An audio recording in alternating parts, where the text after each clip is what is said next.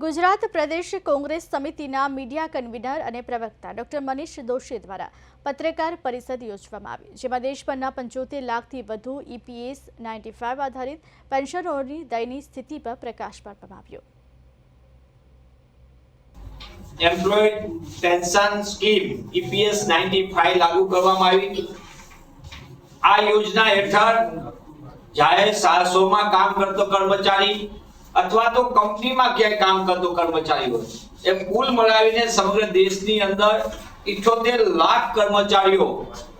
જે નિવૃત્ત કર્મચારીઓ છે, પેન્શનરો છે, તેઓ અત્યારે પારાવાર આર્થિક મુશ્કેલીનો સામનો કરી રહ્યા છે અને એમાં ગુજરાતમાં આ 4 લાખ કર્મચારીઓ પેન્શનરો છે। EPS 95 EPS 95 ની આખી વ્યવસ્થામાં વર્ષો સુધી પોતાની જિંદગીના યુવાનીથી લઈને નિવૃત્તિ સુધીના સમયમાં એટલે કે 30 થી 40 વર્ષ પોતે જિંદગીની અંદર પોતાના પૂર્ણ સમય જે તે સંસ્થા માટે કામ કર્યા હોય એ કર્મચારી નિવૃત્ત થાય ત્યારે માત્ર એને 1200 રૂપિયાથી 1500 રૂપિયા,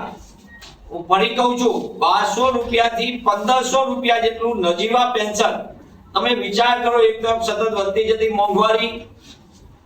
નિવૃત્ત માણસોને આરોગ્યના અનેક પ્રશ્ન થાય, જેમ ઉંમર વધતી જાય એમ પરિવારની અંદર આર્થિક હાલાકીનો પણ સામનો કરવો પડતો હોય છે અને આ બધી અસમાનતા વચ્ચે જીવન જીવવા માટે મજબૂર